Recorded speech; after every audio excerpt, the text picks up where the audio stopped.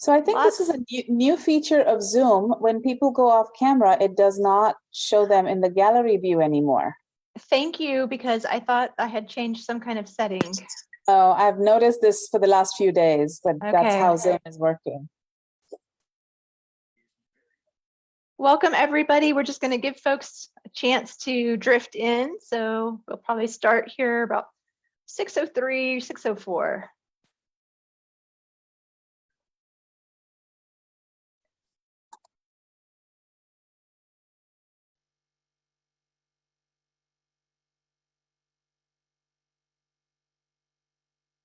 Welcome.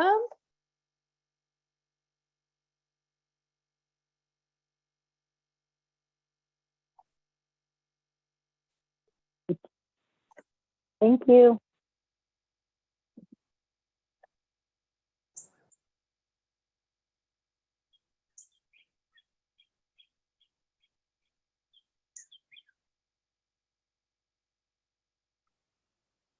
Okay, I'm so glad to see all of you tonight. It's got kind of a big crowd.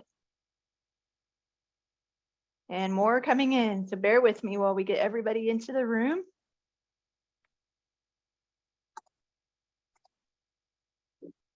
Okay. Anjali, are you able to admit folks if I go ahead and start? Okay, great. Looks, I can't keep up with the number of folks popping up. Well, I'm glad to see you all. Welcome. Thanks for joining us tonight. Oh, let's go ahead and mute our mics. Okay, thank you so much. Okay. Well, thank you for joining us for tonight's virtual presentation, The Problem of Slavery in Mexican Texas. As always, our hope is that through these virtual events, you'll get to know us, the Friends of the Texas Historical Commission, and about our mission to support the Texas Historical Commission in their preservation efforts across the state. We offer these casual yet informational virtual events as a way of showcasing topics of interest to our wide and varied audience. Many of you have chosen to support us with donations through these events, and we're so grateful for that. Thank you so much. It makes a huge difference. I want to acknowledge our THC commissioners, our Friends board members, and our colleagues at the Texas Historical Commission who are here with us tonight. I see a lot of familiar names in the chat, so we're so glad that all of you could join us. Thank you. I'm Christy Peliquin, the Development Manager for the Friends of the Texas Historical Commission, and I'm joined tonight by Anjali Zucchi, our Executive Director. If you haven't already followed us on social media, please do. We would love to connect with you. This is also how you can find out about our upcoming virtual events, like the one that we have coming up in April, which I'm personally very excited about because I love Big Bend. The one in April is going to be Brian Schroeder. He is the director for the Center of Big Bend Studies at Sul Ross University in Alpine, Texas. And he's going to be letting us know about recent Big Bend archaeological studies. So if you're interested in that, please go to our website and register for that event. We'd love to see you. Okay, moving right along. A few housekeeping items before we get started. As usual, we appreciate it if you keep your microphone on mute. That just makes it easier for our presenter to stay on track and for all of us to hear him. We're also broadcasting this event through Facebook Live. After the presentation, probably tomorrow, maybe the next day, I will send an email to everyone who has registered. I will give you a link to a recording of this event, and you can share that with your friends if you'd like. I will also include in my follow-up email any resources that our presenter mentions tonight. I will include that in the email. You don't have to worry about trying to jot that down. And then finally, as our presenter is giving his lecture tonight, if you have questions that you want to ask him, we ask that you put those into the chat. We will get to as many questions as we can before 7:30. We try to kind of cut things off at 7:30, but we definitely encourage you to ask questions. This is a really good time to get some clarification, and we like that kind of involvement. So please do put questions in the chat while the presentation is going on. Okay, it's now my privilege to introduce our presenter. As you may know, the Friends of the THC's motto is preserving the real places and the real stories of Texas. Tonight's event helps illuminate a part of our history that many people may not know much about. So to help us learn, we're joined by Dr. Torget. Andrew J. Torget is a historian of 19th century North America at the University of North Texas, where he holds the University Distinguished Teaching Professorship. An award-winning speaker, he has been featured at Harvard, Stanford, Rice, Duke, Johns Hopkins, and the Library of Congress. The editor or author of 5 books, his most recent book, Seeds of Empire, won 12 book awards and prizes and was hailed by Texas Monthly as the most nuanced and authoritative rewriting of Texas's origin myth to date. In 2018, he set a Guinness World Record for the longest history lesson, which was seen online by more than 30 million people, which we're not doing tonight, don't worry. We're gonna keep this on schedule. And the Texas State Historical Association awarded him the Bryan Leadership in Education Award in 2020. The Dallas Morning News named him a finalist for their Texan of the Year award in 2021 for the uncommon inspirational impact of his work. In 2023, he will serve as a U.S. Fulbright Scholar to Germany. We are so happy to have you, Dr. Torget. Thank you for joining us. Come off mute, lead us into this discussion. We're happy to hear from you. All right. Well, thank you, Christy. Thank you, everybody at the THC, friends of the THC. Hello, everybody. I can see some of you broadcasting here from Denton, Texas, where I'm at UNT. All right, so I'm sharing my screen. And as Christy just said, we're talking about the problem of slavery in Mexican Texas. And I want to give you a little background about how I got into this topic, because I think it'll help frame a little bit what we're going to be talking about. So everything I'm going to be telling you guys about is material and research that I did in writing a book that Christy mentioned earlier called Seeds of Empire. And the reason I ended up writing this book is because I grew up here in Texas. I grew up in Houston. And that meant I took 4th and 7th grade Texas history, of course. And I remember when I took 4th and 7th grade Texas history, I thought Texas history was fascinating. And the part I was the most interested in was like the Texas Revolution and the Republic and all that kind of stuff. But I was really confused about how all of that happened in what seemed to me like a really short span of time. Like, if you think about it, Texas transforms dramatically in the first half of the 19th century. So on your screen right now, you'll see this is a map of New Spain, right? And you can see Texas up in the upper corner on the right over here as this sort of small province in Spain. And what's amazing to me is that this changes so fast. The Spanish really never controlled Texas. They just kind of claimed it. And it was really controlled by the Comanches, right? And then it transitions out of that very quickly into being a thriving Anglo-Mexican province for 15 years, from 1821 to 1836. Then Texas becomes independent, and for 9 whole years is an independent republic and nation, as we like to remind the rest of the country on a regular basis all about. And then in 1845, it joins the United States, right? Which starts a war between the United States and Mexico that will bring in all the land, not just of Texas, but all the land from Texas all the way to California, out to the Pacific coast, right? So this map turns into this map really fast, right? And this massive amount of land, Texas all the way out to California, comes in. Most of that happens between 1820 and 1850. That's 30 years, which for all of us who are past high school recognize 30 years is a really short amount of time. And I wanted to understand, how is it that that happens? What is happening that makes that massive shift? Because it has enormous consequences, not just for Texas, but for all of North America. The modern shape of the United States and Mexico come back to this. So making that, understanding that mattered, right? So when I got to college and then when I got to grad school, I tried to find books that would talk about it, that really could tell that big story. And I could find lots of books about individual things, like biographies of people. There's great biographies about Stephen F. Austin, Sam Houston, all these guys. There's books about the Texas Revolution. There's books about the Alamo.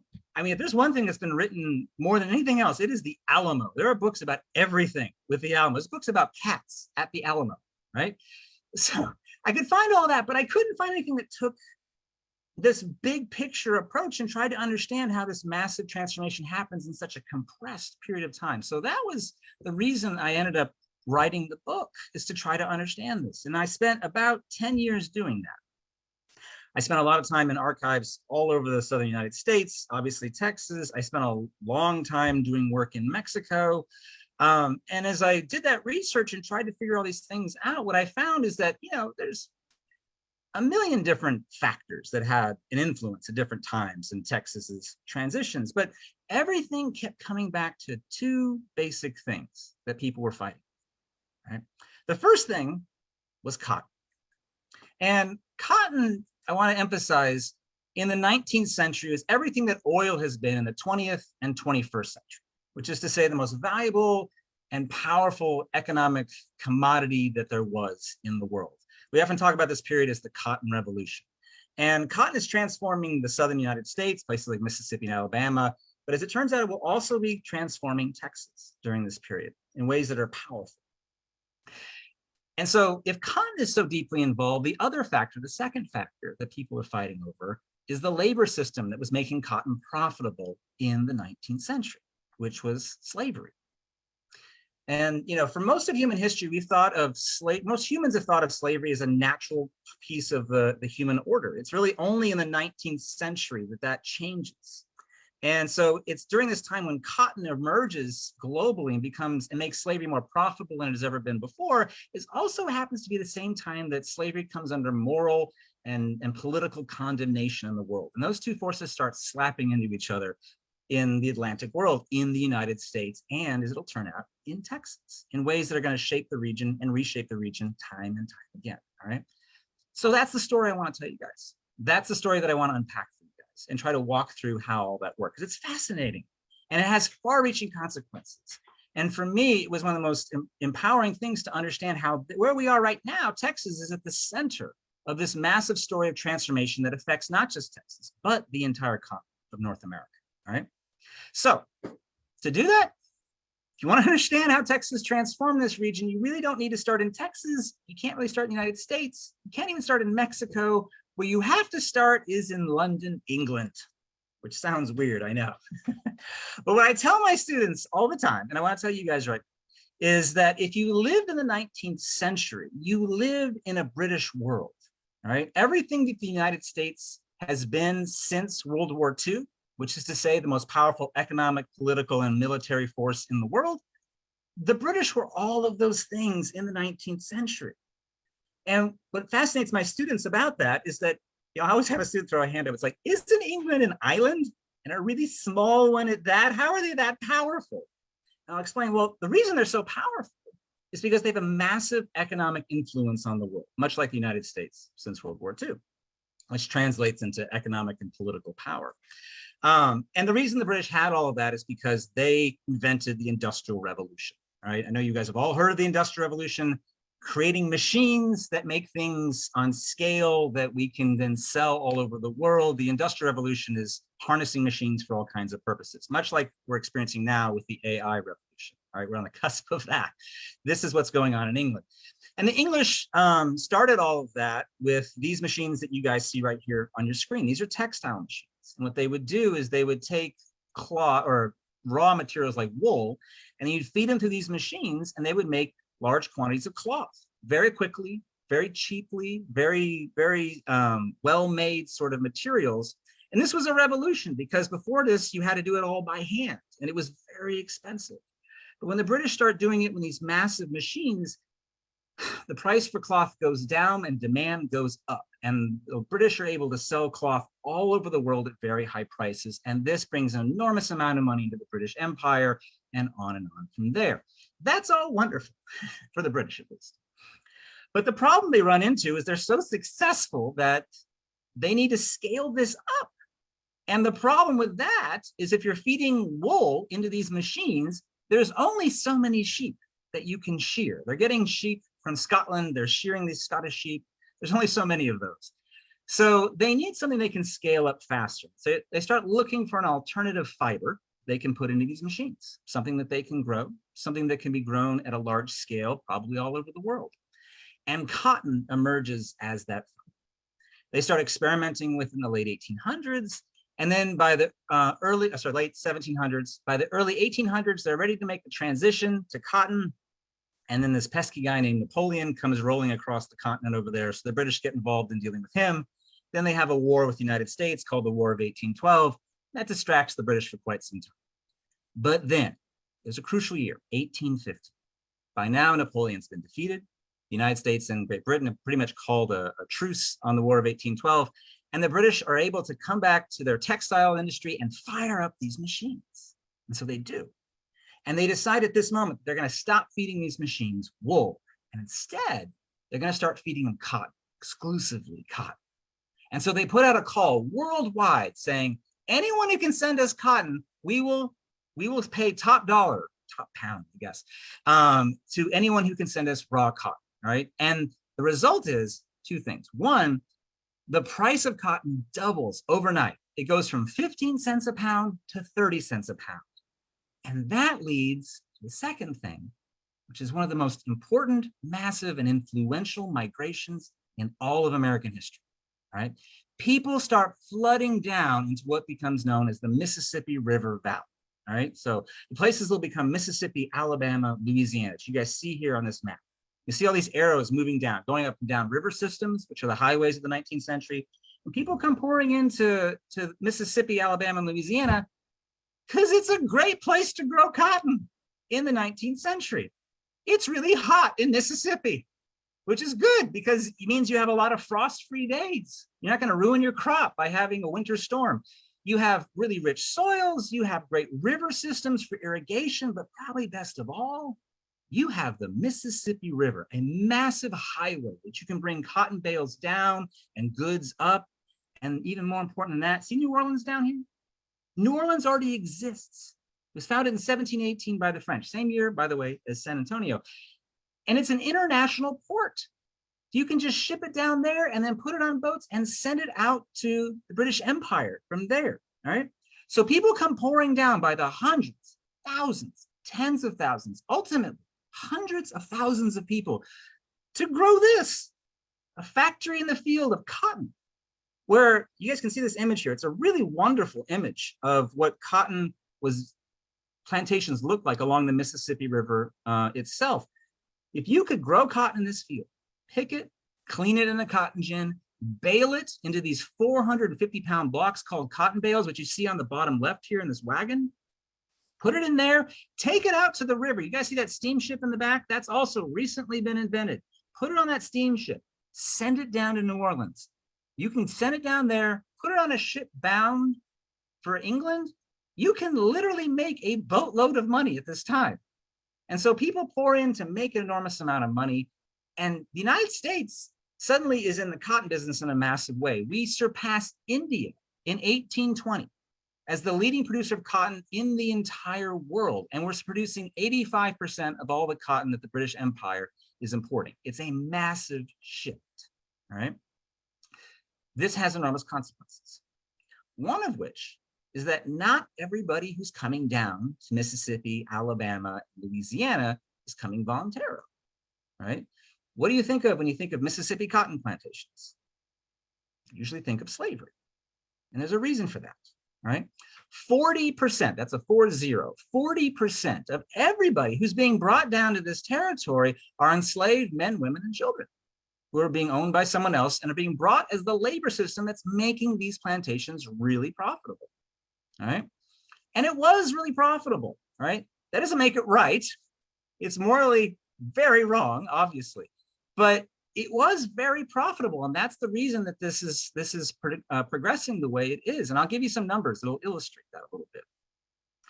So for every enslaved person that you could put to work on your plantation, that meant you could put 8 to 10 more acres into cultivation. 8 to 10 more acres mean 8 to 10 more bales of cotton. And at 30 cents a pound, and every bale is 450 pounds, if you do the math, and I've done this with calculator because I'm not the best at math, but if you work it all out, for every enslaved person you put to work on your plantation, you will get a return profit of $1,350. Now that enslaved person only cost $800 at this time. So the math is very simple. if you get a slave and put them to work on your plantation, they will pay for themselves in the first year. They will also make you a very large profit on top of that. And then every year that follows from there will be even larger profits.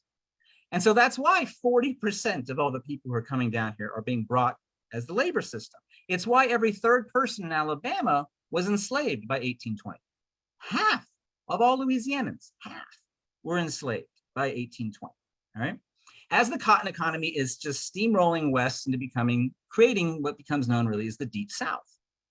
Now, why are we talking about this when we're talking about with Texas? Well, because this is steamrolling toward Texas. And I want you to look at the numbers on the map here with me, right? By 1820, look at the number of people that are in these southern states. There's 153,000 people in Louisiana, 75,000 in Mississippi, 144,000 in Alabama. If you add that up, again, I've done it already with a calculator, that's more than 370,000 people. Almost all of them have come within the last 5 years, from 1815 to 1820. 5 years, more than 1/3 people have flooded into this region. That's why we call it Cotton Revolution, right? Now, if you're in Texas, how many people are in Texas at that time who are non-Indians, who are Spaniards loyal to the Spanish crown? You guys see this number here? 3,000.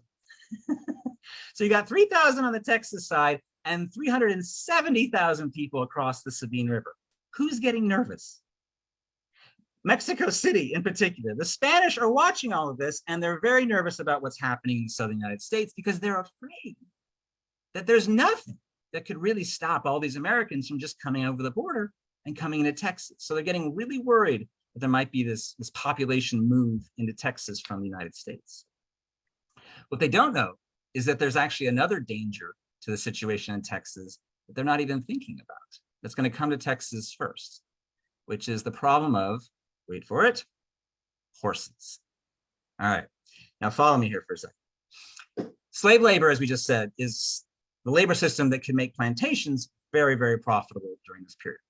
But everything, and I want to emphasize everything in the 19th century ran on horsepower. All right, if you're going to be a farmer, you need horses. You need draft animals to help pull your plow. You need animals to haul goods to market, to haul things home, to turn cotton gins. Everything relied on horses when it came to farming.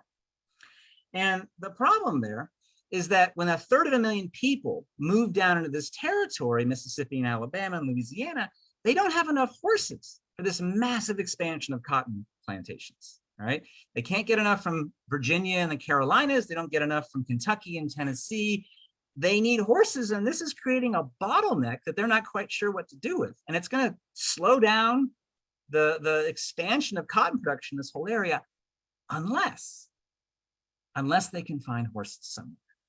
And so some traders start spanning out from Mississippi and Louisiana, looking for horses in various directions. And they heard there's some horses out west.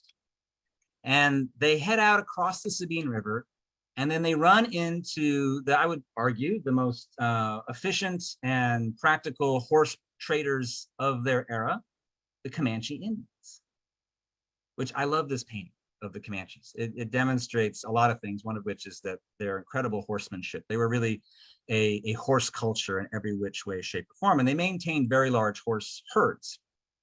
They also controlled pretty much the entire plains of Texas by the time you get to the late 18 teens.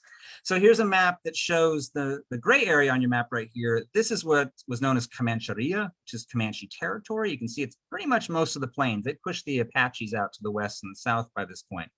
So the Comanches are running this whole area. They have massive horse herds. And some American traders come west and run into some Comanches. And when the American traders get out there, they say, hey, you guys have horses. We'd like to buy some of those horses so we can sell them in Mississippi. And the Comanches say, all right, well, what will you give us for these horses? And the Americans say, we have firearms that we can give you. And the Comanches say, that sounds fantastic. And so they start trading horses for American firearms because the Comanches can't make their own firearms, but it gives them, the Comanches, an advantage over the Spaniards, over the Apaches, over any enemies they might have. So the Comanches see the great value in this for them. And so Americans start buying horses from the Comanches, and they start buying as many as they can. And the Comanches quickly realize that the Americans will buy pretty much any horse they'll sell them not just the good horses. They'll buy the lame horses. They'll buy the unbroken Mustangs. They'll buy anything. And so the Comanches start looking for horses any which way they can find.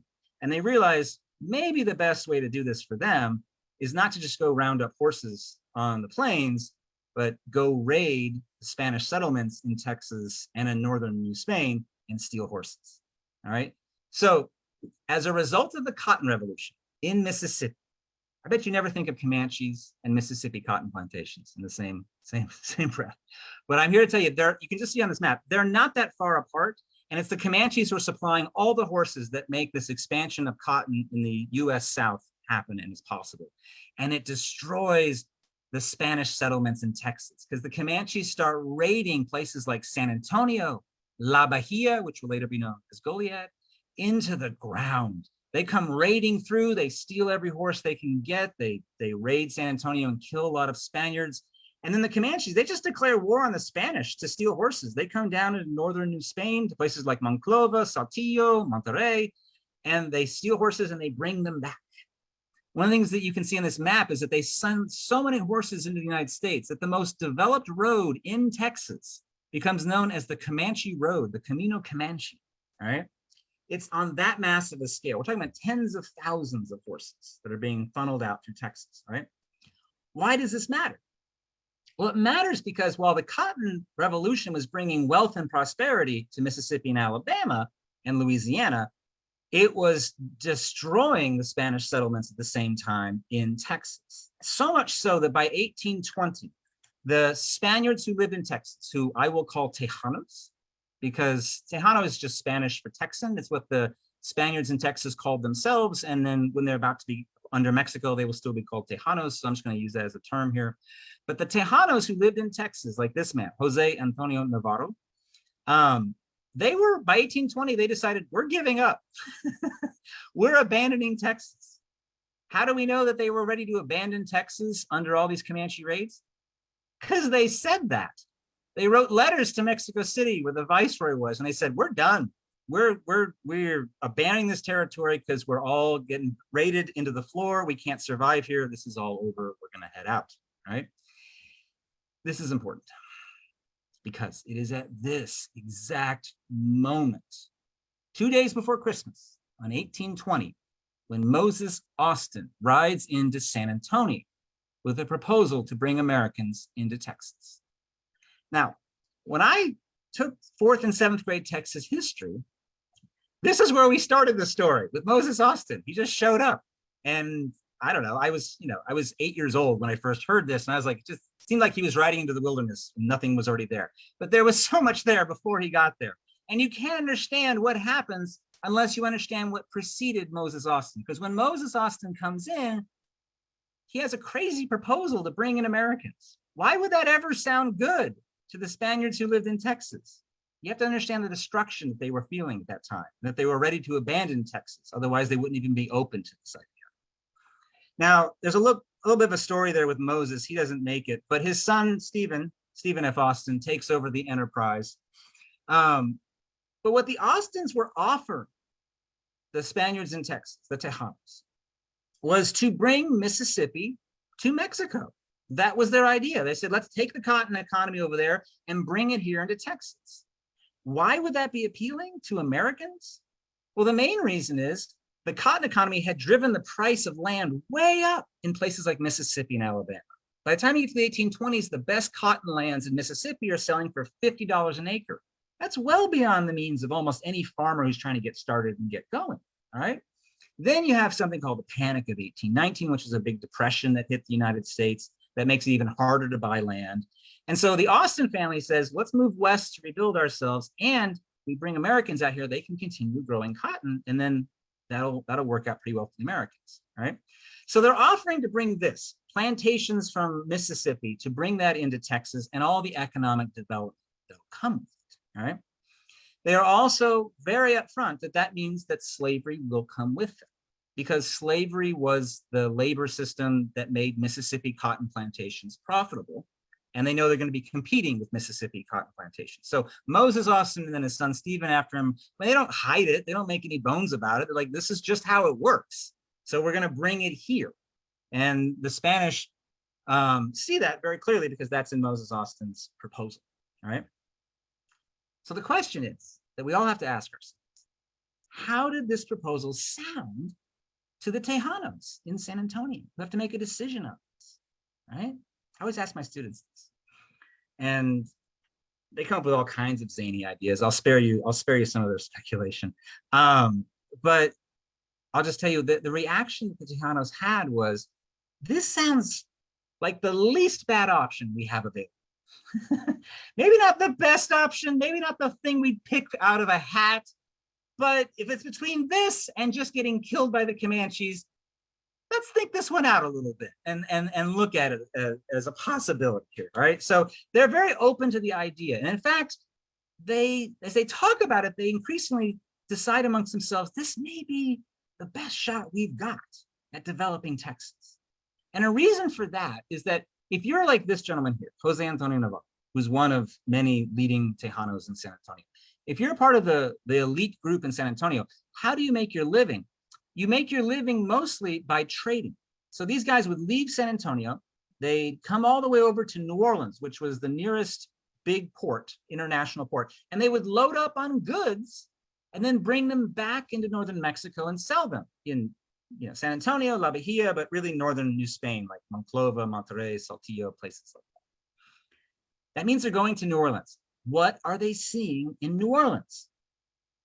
The cotton economy and the immense wealth that it is bringing to the southern United States. They see the busiest port in the United States bringing massive amounts of wealth into the country, right? They see that firsthand, and they want that wealth for themselves, for their families, for the development of Texas. They want all of those things to come to Texas.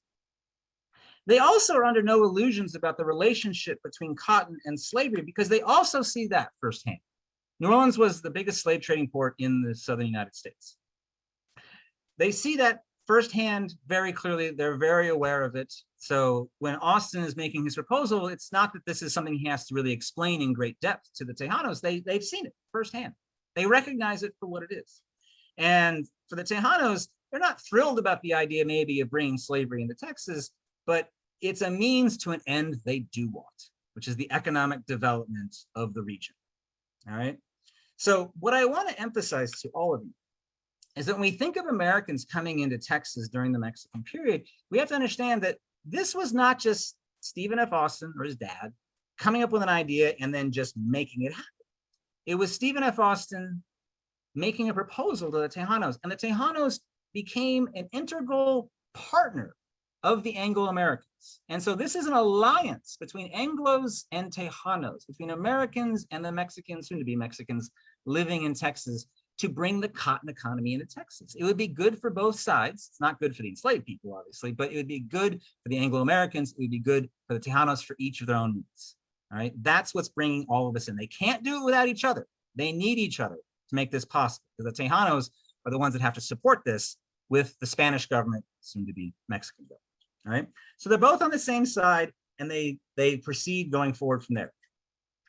And it turns out they are going to need each other big time, because as Stephen F. Austin's riding into Texas to get all of this started, I mean literally as he's riding in, it's on his way to San Antonio in July and August of 1821, that word reaches Texas that the Mexican War for Independence was successful. They had overthrown Spain in 1821. They were now free, which means Texas is now a part of a new country, Mexico.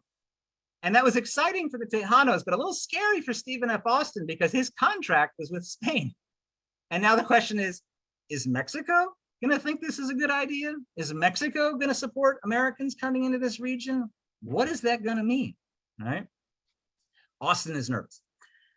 And so this is all going to proceed forward from there pretty rapidly.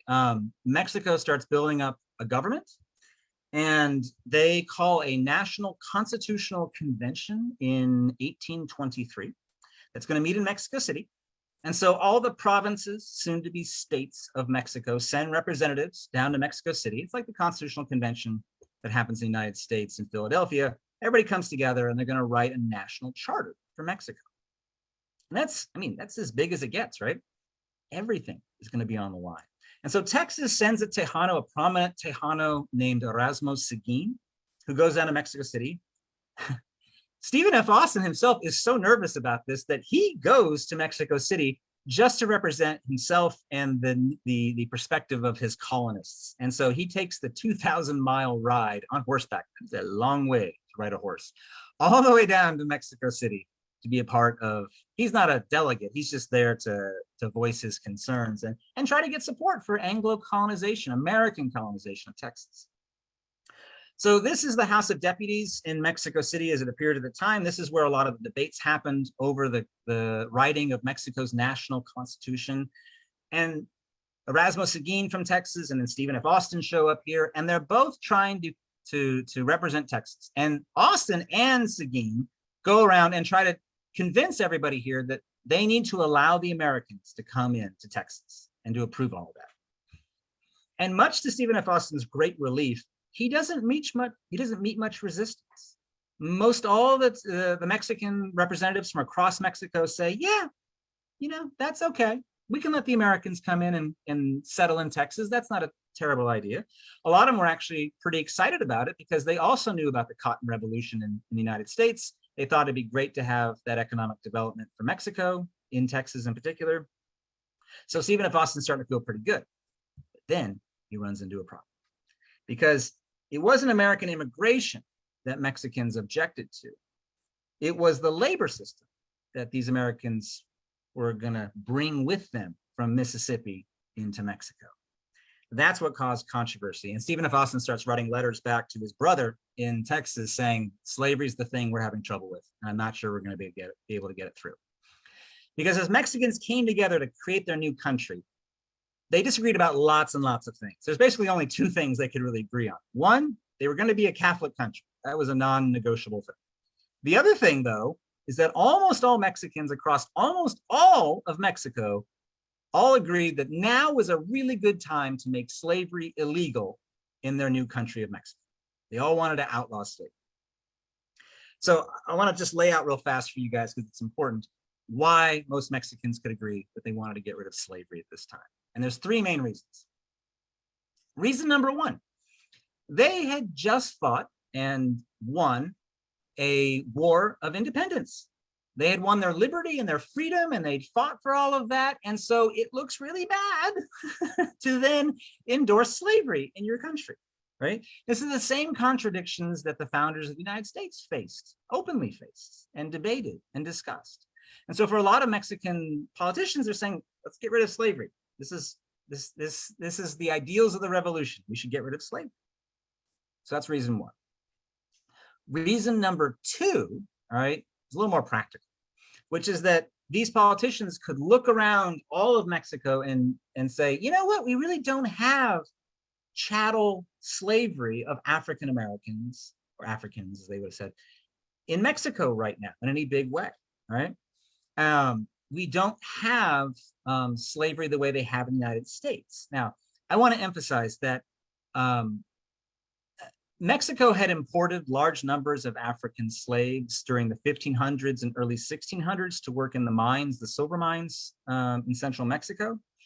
They imported massive numbers of enslaved people, but Mexico had transitioned away from that, mainly because they realized that exploiting Indian labor was a lot faster and cheaper.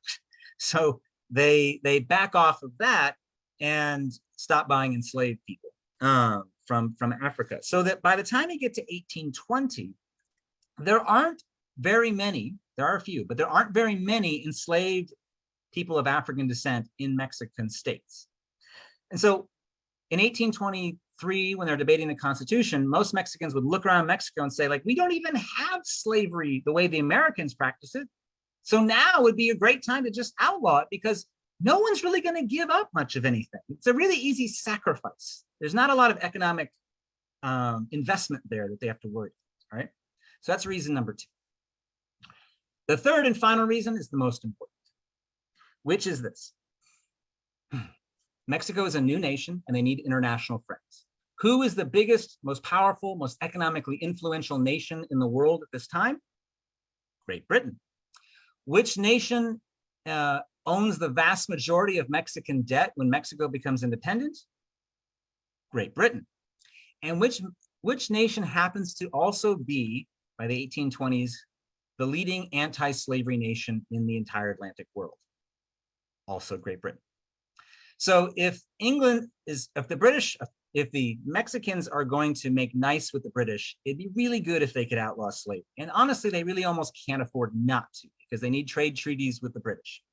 So most Mexican politicians agree that they've got to get rid of slavery.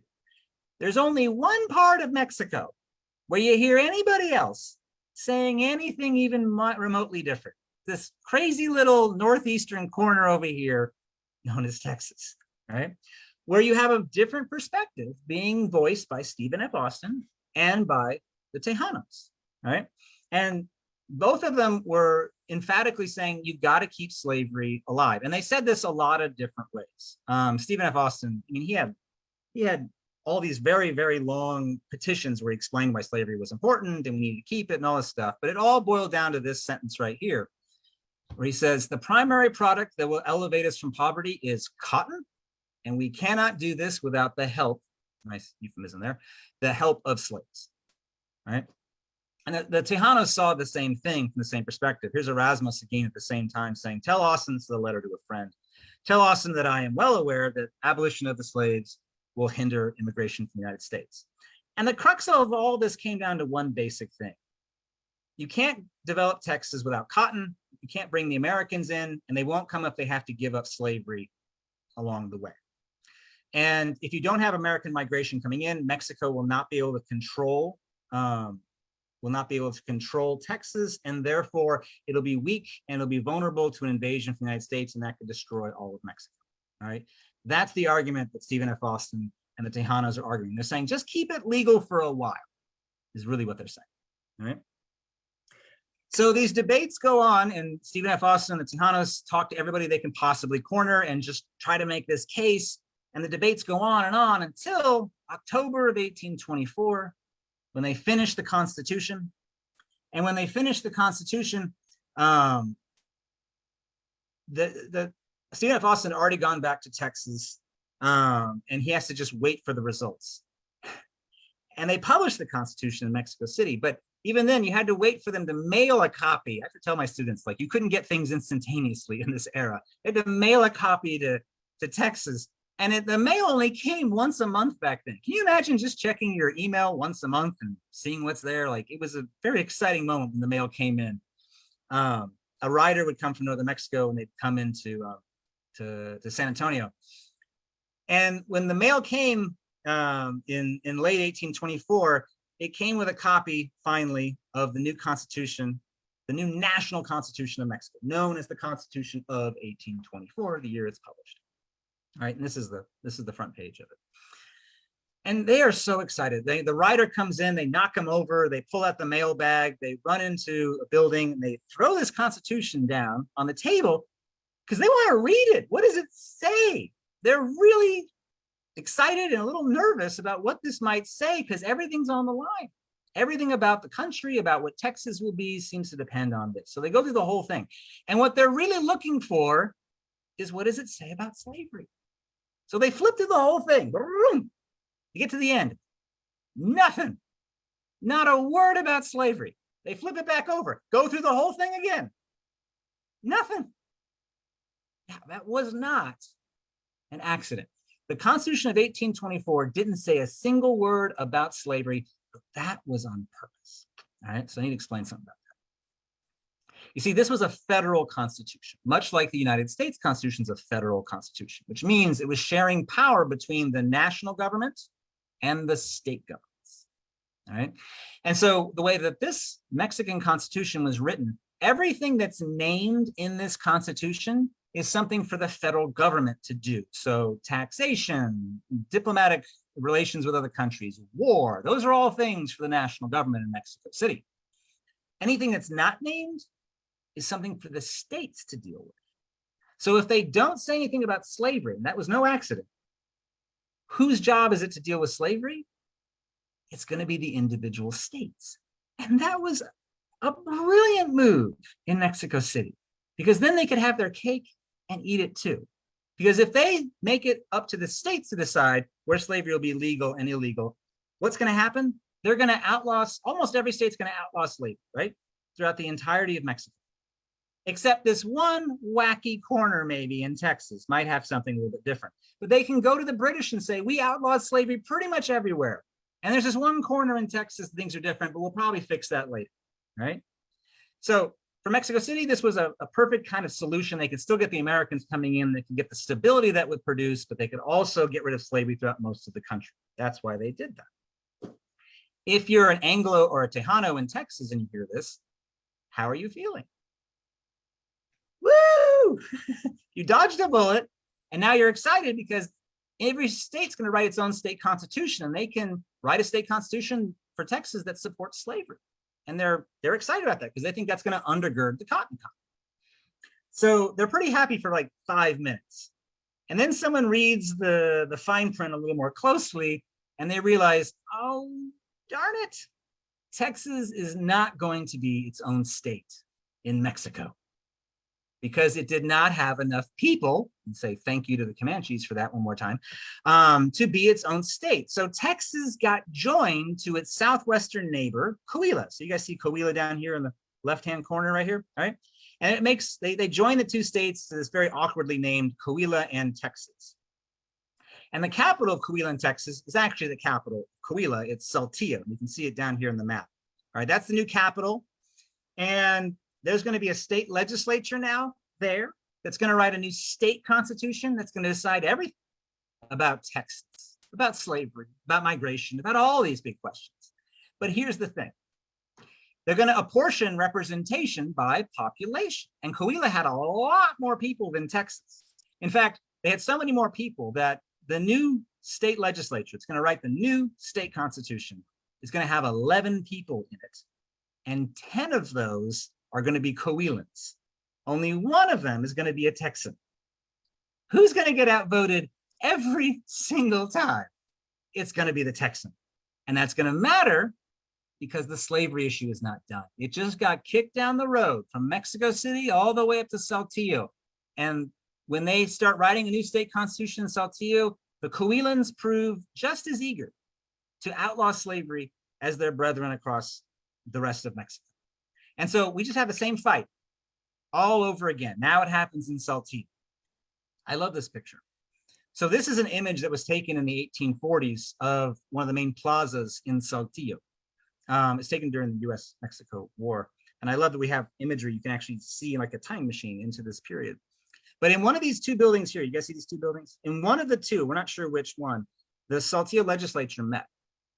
And they were going to write this new constitution. And they screamed and yelled about all kinds of things, slavery being one of them. Stephen F. Austin, who is busy running his colony by now, he sends his brother, his really, right-hand lieutenant, down to represent him here. The Tejanos send several people to say, keep slavery legal, please don't outlaw it. And they go back and forth and yell and all that same stuff all over again. And the Coahuilans listen, and they realize, the Texans the Anglos and the Tejanos are very nervous about destroying the colonies. So they listen, but they still want to get rid of slavery. And so all of these things wrap up in early 1827. And that's when the state finishes writing its constitution. It's called the Constitution of 1827. This is an image of the first page, which I just want to point out something that's really neat about this. It was published, as you can see, bilingually. It was published in Spanish and in English. It was the only state constitution in all of Mexico that was published in 2 languages. And the reason was the Saltillo legislature recognized there's a lot of Anglo-Americans in Austin's colony who can't read Spanish, but who should be able to read the laws and have access to them. So it was published in both languages. Anyway, this gets published. It gets sent to San Antonio and then the colonies in the monthly mail. And the same thing happens again. The rider with the mail comes into San Antonio. They're so excited to get the mail, they knock them over. They grab out the state constitution. They slam it down on the table again. And they're reading, and they're going through. And what are they looking for? Slavery. What does it say? This time, they don't get through the whole thing and not find it. They find it very good because it is in Article 13 of the state constitution where they deal with the issue, the problem of slavery. And here's what Article 13 said. Article 13 said that Texas, or Coahuila and Texas, would outlaw slavery, but really, really slowly. All right, so I'm going to break this one down a little bit, so follow me here for a second. What Article 13 said was that we're going to start outlawing slavery, but we're going to do it slowly because we don't want to alarm the American colonists in Stephen F. Austin's colony. We listened to you guys and we found a really good, reasonable middle ground. So this is what the Coelans had come up with. They said that all slaves currently in Texas will remain slaves for the rest of their lives. So nobody is getting freed right away by this. In fact, the Coelans said, you know what? You guys say these enslaved people are so important to cotton production. We're going to give you a 6-month window to load up, go to New Orleans, get as many enslaved people as you want, bring them to Texas. After that 6-month window is over, all those people who are already in Texas will also be slaves for the rest of their lives. None of them are going to get free.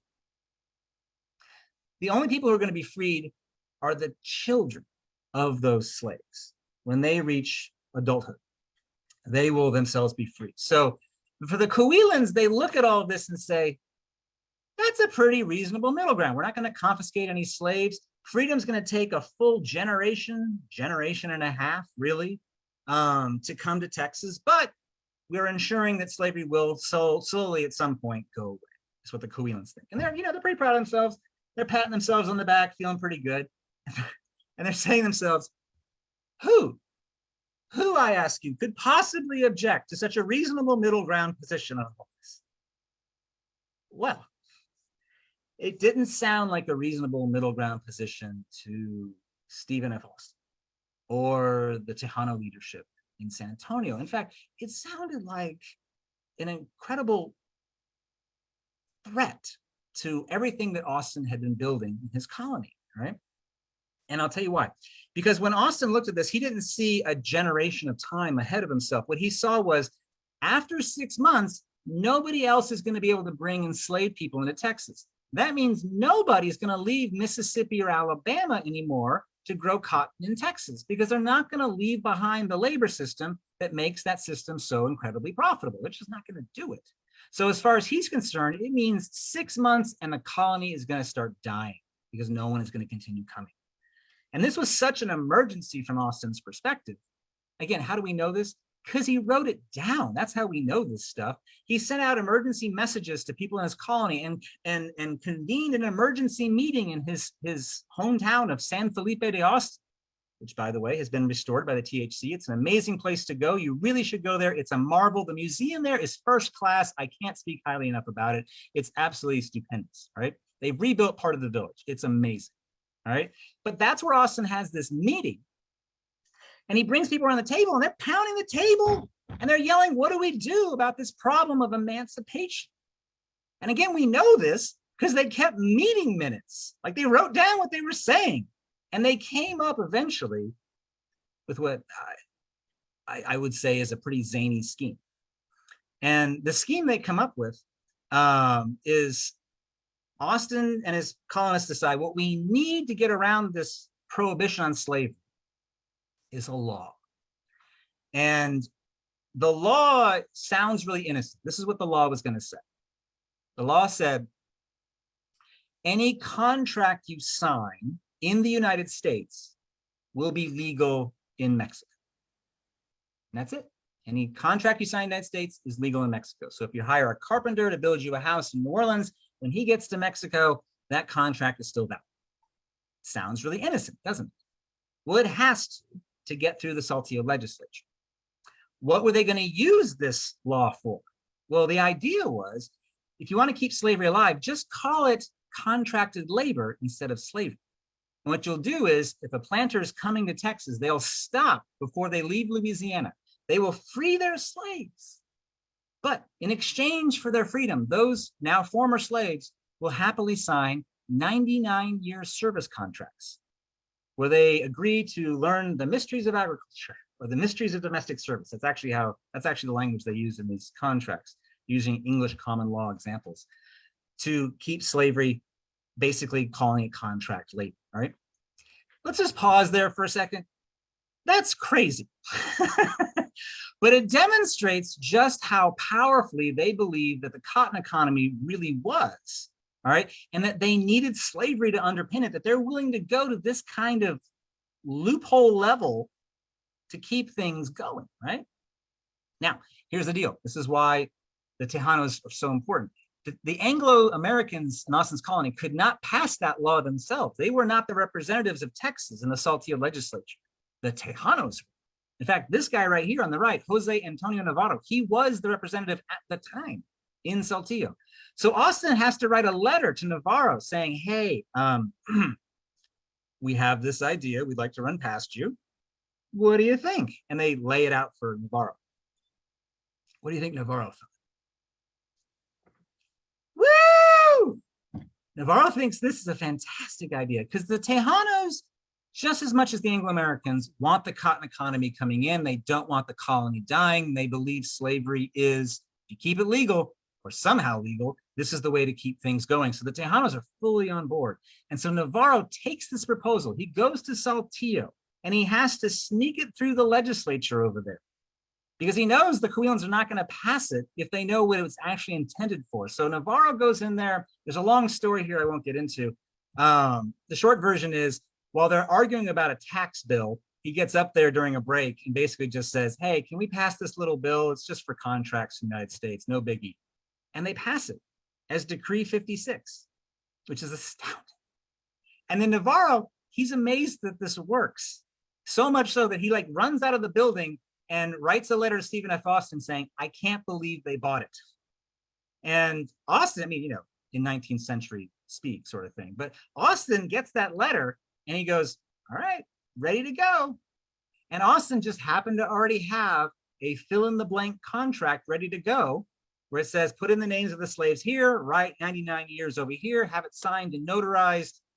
And he sends that to the New Orleans newspapers where it is published across the American South under headlines of, I'm not making this up, how to evade the laws in Mexico against slavery. Do the following. All right, he literally sends out a template contract. And this works. All right, it goes across the southern, it's reprinted newspapers across the southern United States. Americans continue coming into Austin's colony using the contract ruse as they're getting around here. And things continue on, but as you can imagine, how long is it going to take Mexico to figure this one out, right? They're gonna find out this is happening. And it turns out they find out faster than anyone might have thought, all right? Because where are you going to go if you're going to get a contract signed and notarized? Today, you know, if you get something legal signed, you often have to have it notarized. Well, that was true in the 19th century too. And you would go to a big town, it's going to have a notary public, and New Orleans was the main place people would do this. And so these planners would go through New Orleans and get their contracts notarized on their way to Texas. Well, it just so happens, I love history, there's all these amazing coincidences, but it just so happens that the office of the biggest notary public in Louisiana, or sorry, New Orleans, was right across the street from the Mexican consul's office. And so as all these guys are coming through getting their contracts notarized, the Mexican consul is right across the street and he quickly catches on to what's happening. He starts writing letters to Mexico City saying the Americans, with help of the Tejanos, are getting around these prohibitions on slavery. They're doing all these illegal shenanigans. This raises alarm in Mexico City that joins other alarms that have been going on. It joins alarms about the Fredonian Rebellion. There's alarms about not just Texas, but other states in Mexico kind of spinning out of control. So there's a move in Mexico City around this time, late 1820s, early 1830s, to really consolidate power and to reassert control over places like Texas. And so Mexico in 1830 passes a new law that tries to cut off further American immigration into Texas. They try to end this whole experiment in migration. And it's called the Law of April 6, 1830. And they're basically saying no more Americans can come into Mexico. They're ruining everything. And that might have worked. There's a lot of mights in there, a lot of ifs, if that would have worked. But it didn't work. And there's a lot of reasons for it. But one of the biggest reasons is, wait for it, cotton. Because it's at this exact moment in 1830 when cotton prices start going sky high again. You guys remember 1815 when the price doubled from 15 cents to 30 cents a pound? Well, it stayed pretty steady through the 1820s. Then in 1830, it starts spiking again. and it hits 30 and 40-year highs. And from 1830 to 1835, you have this massive spike in cotton prices. What does that mean? Well, that means that all cotton lands are more profitable and valuable than they've ever been. And the lands in Texas are more attractive to all white Southerners than they've ever been. And Americans start flooding into Texas during this period. I'm going to give you guys two numbers to illustrate this, all right? So listen up carefully. In 1830, there's about 10,000 Americans in Texas. In 1835, 5 years later, there's 21,000. So in 5 years, it more than doubles. At the exact same time, Mexico is trying to clamp down on the border and prevent Americans from flooding into Texas. Cotton makes that possible. Cotton blows that to smithereens. And so if you want to think about the road to the Texas Revolution, which is long and complicated, I have an entire chapter on it in Seeds of Empire, but the big story really is this massive migration of Americans following the Cotton Trail into Texas. At the same time, Mexico is trying to reassert control in the region up until Mexico erupts into civil war in 1835 and 1836. That is what leads ultimately to the Texas Revolution. And the Texas Revolution, I need to remind all of you, changes everything. It doesn't just change Texas. It changes North America, right? It does change Texas. But the Republic's going to be born. Texas will be its own country for 9 years. It will join the United States. And then, as I said at the very beginning of all of this, that will lead to a war with Mexico that will bring in all the rest of this land. See all this land between Texas and California that includes the Mexican Cession, as it's called out here? It's a massive quantity of land, all right? It draws the modern boundaries between the United States and Mexico that we have to this day, which I need to remind you guys, the border is always in the news, right? That modern division of power in North America comes back to this story. It's the place that we're in and talking about right now, right? And it will forever change both countries, especially the United States. Because when you bring in this Mexican Cession out here in the West, all that land, the question is now, will that territory become free states or will it become slave states? And the fight over that means fight over political power in the United States, the balance of the United States Senate. And those will be the battles throughout the 1850s that ultimately will lead to the American Civil War, the bloodiest war in all of American history, that will end legalized slavery in the United States, free 4 million men, women, and children, and redefine citizenship and how we understand citizenship in these United States, all right? That, again, comes back to this story of Texas, this story of cotton, and this story of fighting over the question, the problem, whatever you want to call it, of slavery and the complexity that it brought both to Americans and Mexicans during this period. So thank you guys for listening to me. I really appreciate it. Thank you. I think we have some time for some questions. We do. Dr. Torget, that was incredible. Thank you so much for that presentation. And I know we do have some questions, so let me get those queued up for us. Okay. So I'm just going to kind of go through these. There's some really good ones. So Mackenzie Brown is asking, where was the picture of the slaves picking cotton from? It's the black, and she's referring to that first slide. It's in black and white of the. Good question. I think it's a Library of Congress image. I don't remember exactly off the top of my head, but I will say if anybody wants a copy of my slides, by all means, email me and I'll send you what I got. So I'm very happy to share. And I will, if it's all right with you, I'll include your your email address when I send out my follow-up. Yeah, please, by all means. I'll just tell everybody right now, it's andrew.torget@unt.edu. My last name's like Target with an O. Thank you so much. Okay, so the next question is just to clarify, the 370,000 plus people who came to the southern states were over and above the existing population? Well, no, that includes the existing population, but the existing populations were tiny by comparison point. This massive flood happened so fast that a good metric of this is how fast they become states. So Mississippi becomes a state in 1817, 2 years after this revolution begins, and then Alabama becomes a state in 1819. And so there were already people in Louisiana and parts of Mississippi around Natchez and modern day Adams County that that were growing cotton in sort of small batches, and they just get flooded with massive numbers of people who come pouring in. And a lot of this happens after the War of 1812, because if anyone's heard of Andrew Jackson, he runs the Creek Indians out of massive parts of Alabama. And so a lot of these territories have really been cleared by the U.S. Army during the War of 1812.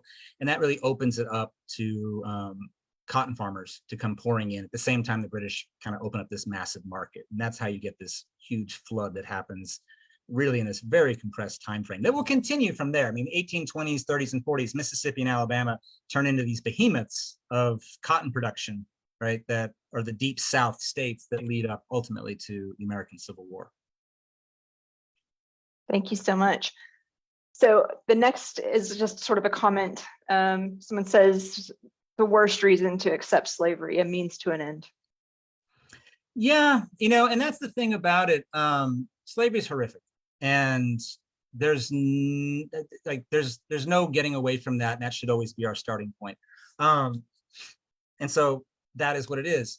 At the same time, everybody at this period is living within the confines of what they see and understand around them, and are making decisions based on what they think is in their own self-interest. And, you know, I always tell my students, like, our job, and it's easy to judge people from the past. And, you know, there's a value to that in certain contexts. No one's ever going to live up to our modern morals of the 21st century. It doesn't mean we don't need to compare them to them, and we should. Again, there's no anything that doesn't make all of this horrific in every which way or shape or form. I think what's really interesting about this is understanding how people at the time saw it, so you can see their logic, and you can see the gap between what they're doing and what that means for real human beings, the enslavement of men, women, and children, and that how you can rationalize your way there, right? I always tell my students, when I teach the rise and fall of slavery in America, slaveholders did not get up every morning and think, I'm a terrible person, and I'm oppressing people, and I'm going to do that all day long today. They got up and thought, I'm a good person, and I'm going to do right by myself and my family. So the question for us, I think, is how did they get there? How did they get to that point? And then that's a really good way to look at ourselves. What am I telling myself in this good rationalizing sort of way that maybe I should look at a little bit more carefully, right? We often think as humans that we're rational creatures, and we are to an extent. But I think what we're really good at is rationalizing. And we do it really well, and we do it all the time. And I think a lot of what history helps us understand is how people rationalize things. It doesn't mean we approve of any of it. Absolutely not. But I think it is a powerful exercise in empathetic thinking. And I think in the modern world, that's one of the most powerful, important things that we can all work on ourselves. Thank you so much. I love that you're giving real full responses to thoughts and questions. We really appreciate that. There's another comment. Ironically, it was the same commander that almost wiped all male adult Tejanos. I think that's supposed to say wiped out all male adult Tejanos in 1813 at Medina, the Mexico independence battle.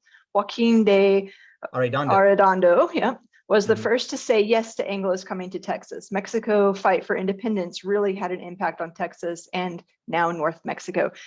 Just a comment, not a question in there.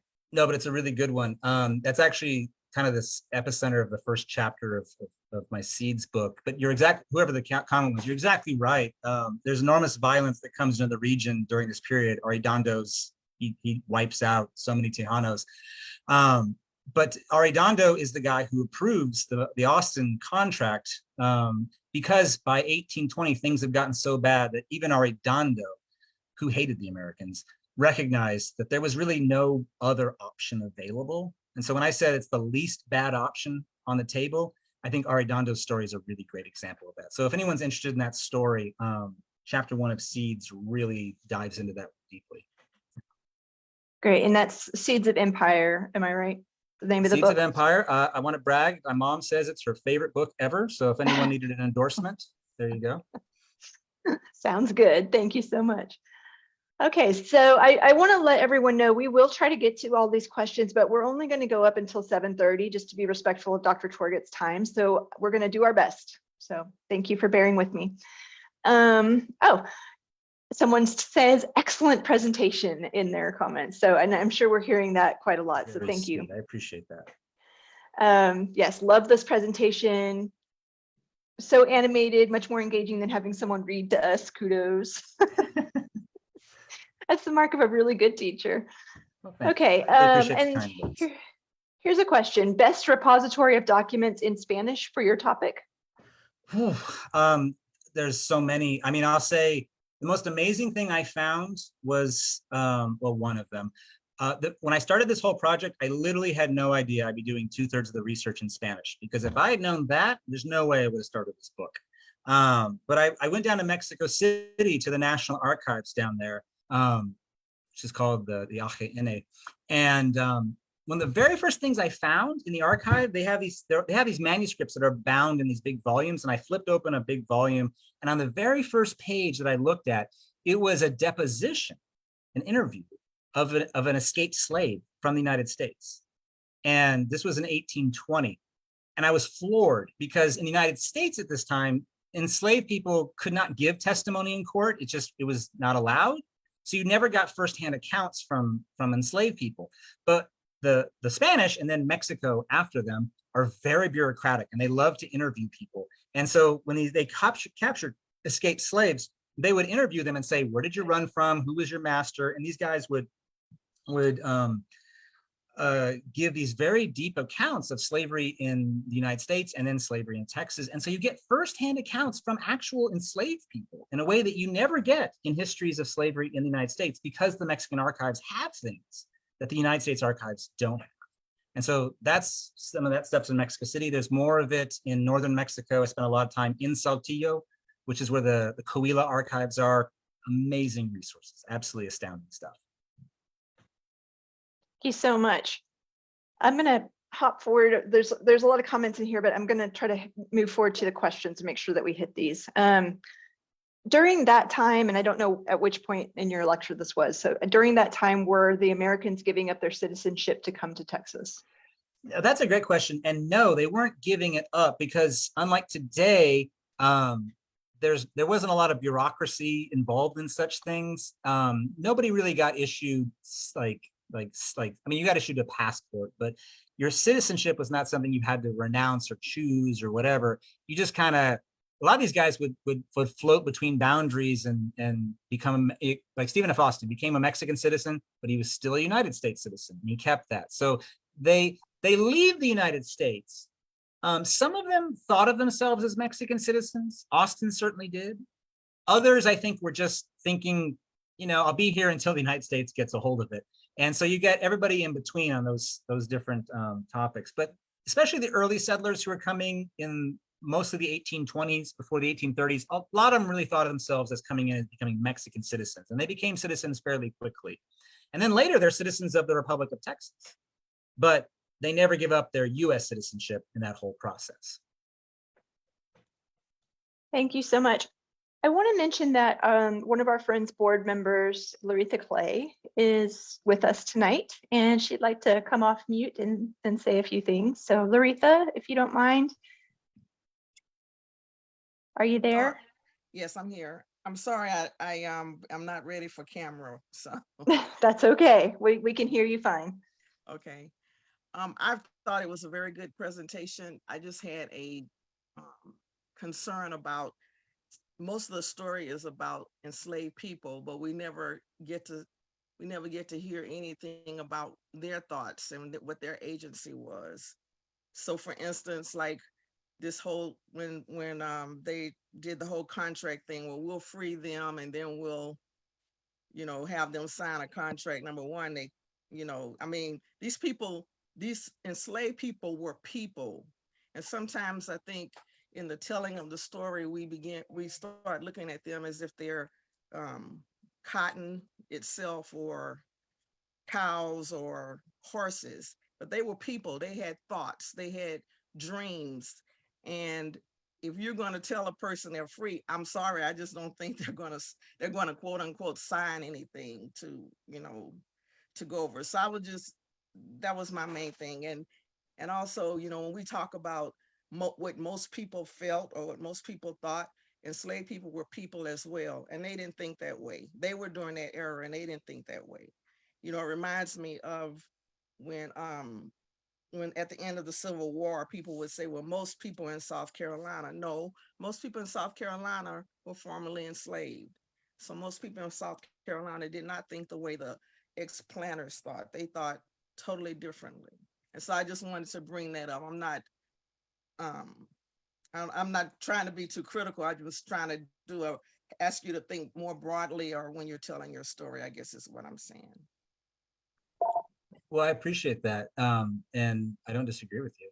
I actually start the book with the story of enslaved people running away from slavery and cotton. Like that frames the whole book from their perspective. I think the struggle that historians like myself have is that we have so very few voices of enslaved people. And it's as you said, crucial and important. A lot of what we've relied on to try to tell that side of the story are interviews that were done during the 1930s by the Works Progress Administration during the New Deal. And you have people who were enslaved, usually very young, around the time of the Civil War, who are still alive in the 1930s, who can testify to that perspective. I think one of the things that I'm really most proud of with the book is that using the Mexican archives, I was able to recover a lot of enslaved voices that haven't been heard before.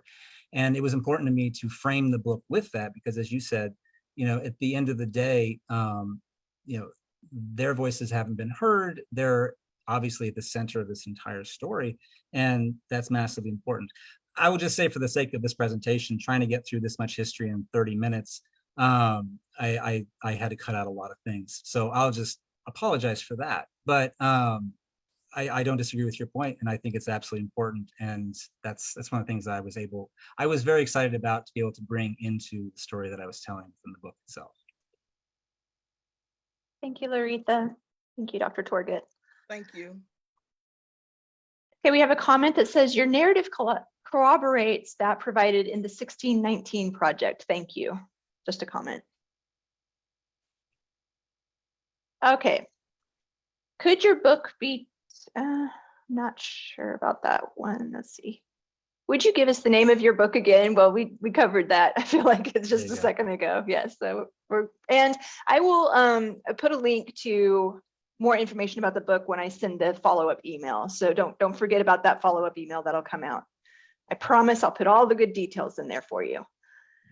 Okay, and then somebody says, wow, thank you. Filled in a lot of blanks in my understanding of early Texas history and Texas slavery. And I'm getting further along. Okay. Okay, so if I may jump in here, Christy, to maybe rephrase one of the questions. Have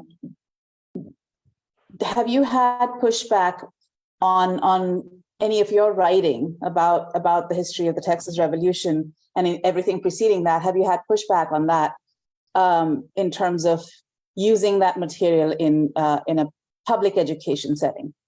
Oh, I mean, yes and no. I would say the book got a lot of good reception amongst academics. It got read by a lot more people in the public than most academic books do. I think the topic in question of slavery is a big one out there right now, and so it's probably getting more attention for that reason.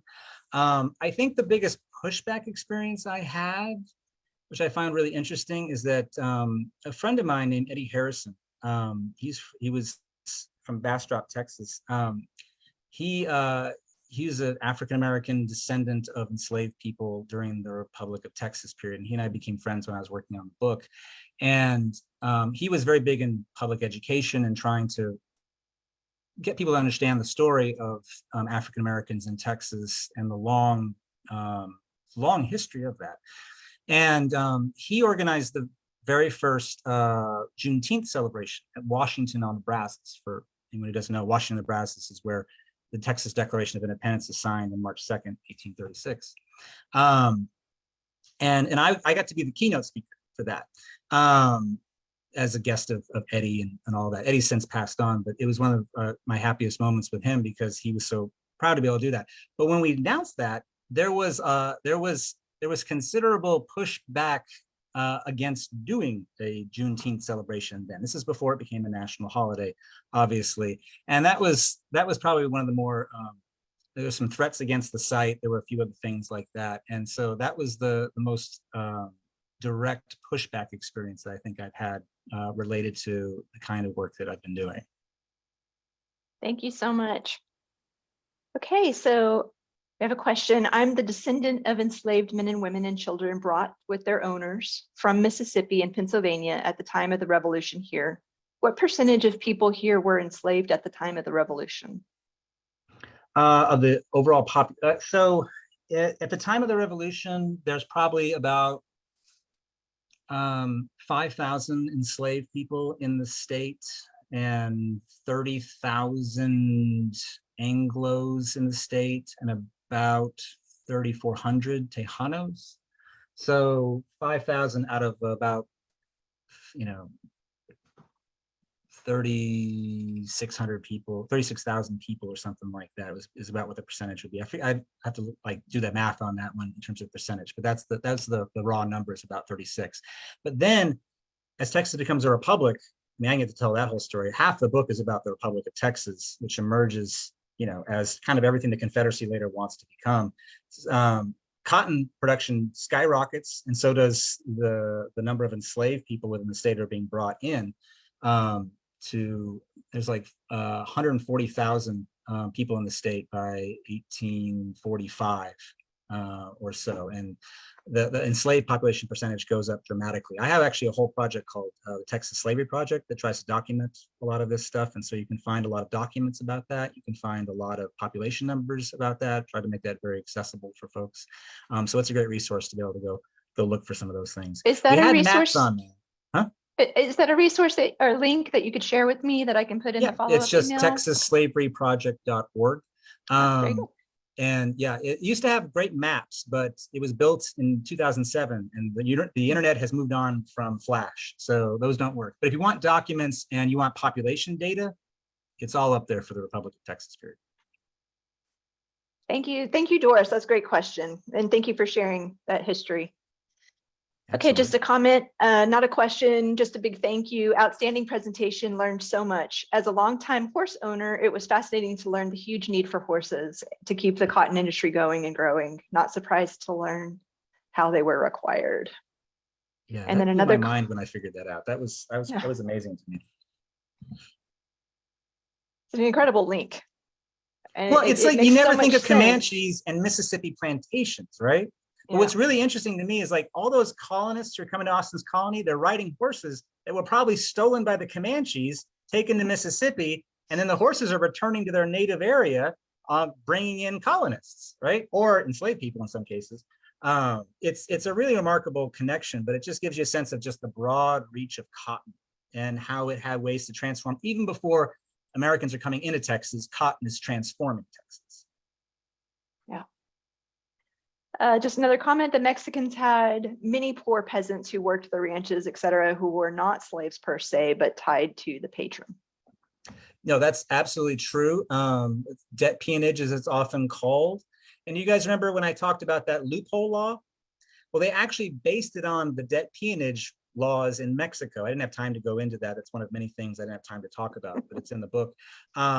And that's why it sailed through the Saltillo Congress, because they were used to contract law kind of stuff in the context of Mexican debt peonage. And so that didn't sound weird to Saltillo, but they were going to use it in Texas to keep slavery alive. Gotcha. And there's just a general comment that the maps were very helpful. Thank you. It helps put things in perspective. Maps are great. Anything that's visual is always so helpful, I think.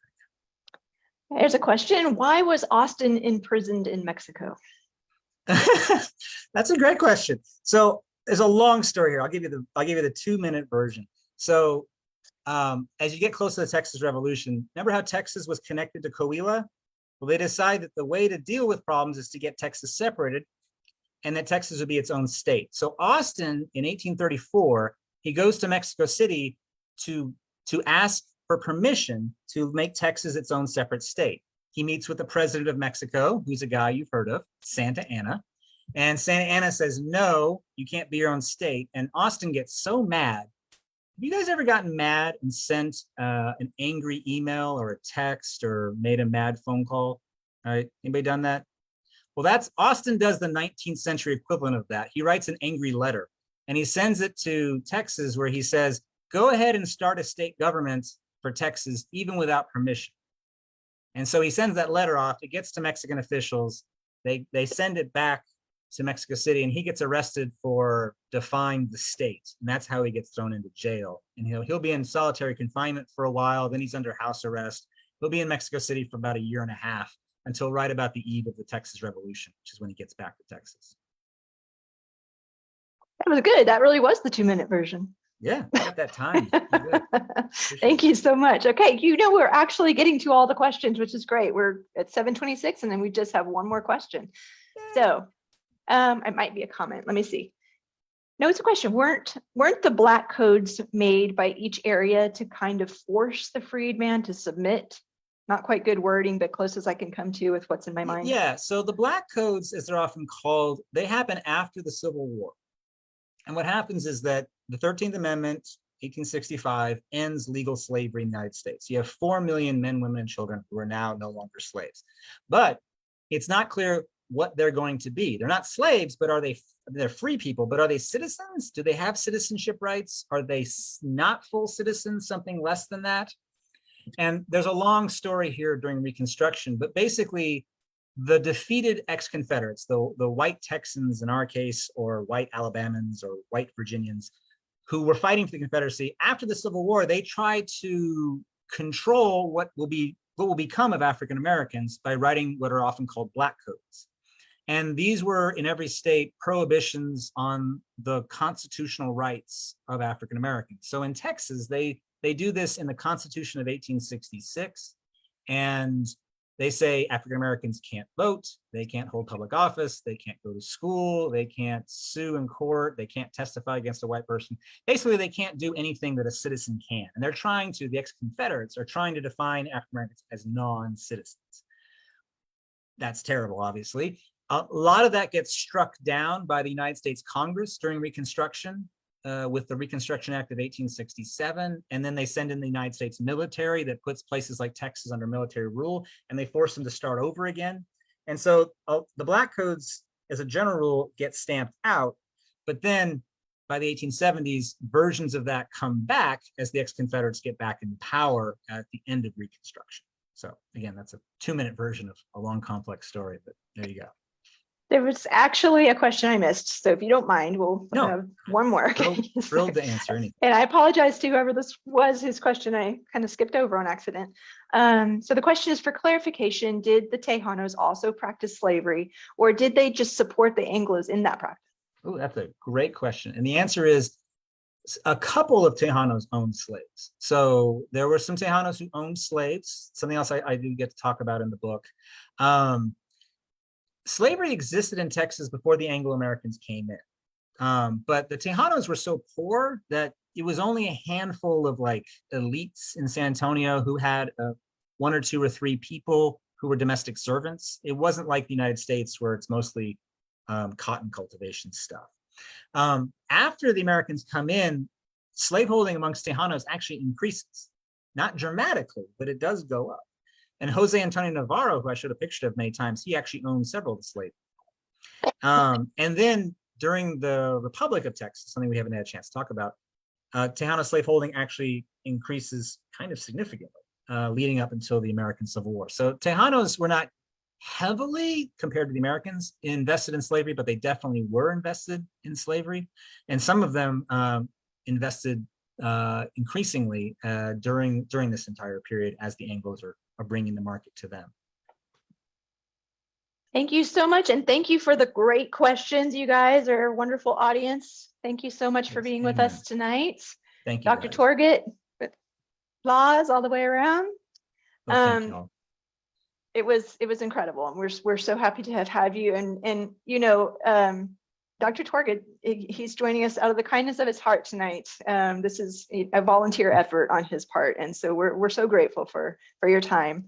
And I want to encourage all of you to visit with us again. April 20th is when we will have the next virtual event. It will be the director for the Center of Big Bend Studies, and we will be looking at Big Bend archaeology. So please join us on April 20th. You can register for that event now by visiting our website. I'll include the link when I send out the email. Remember, you'll get an email from me with a link to the recording of tonight's presentation in case you would like to watch it again. You will also get a list of resources and any other things that I can think of that are fun to throw in that email and send to you. So, so glad that you could be with us tonight, and see you next time. Thank you, everybody. Thank you, It's Dr. great seeing you Torget. guys. Bye. Appreciate it so much. Bye-bye. Y'all have a great evening.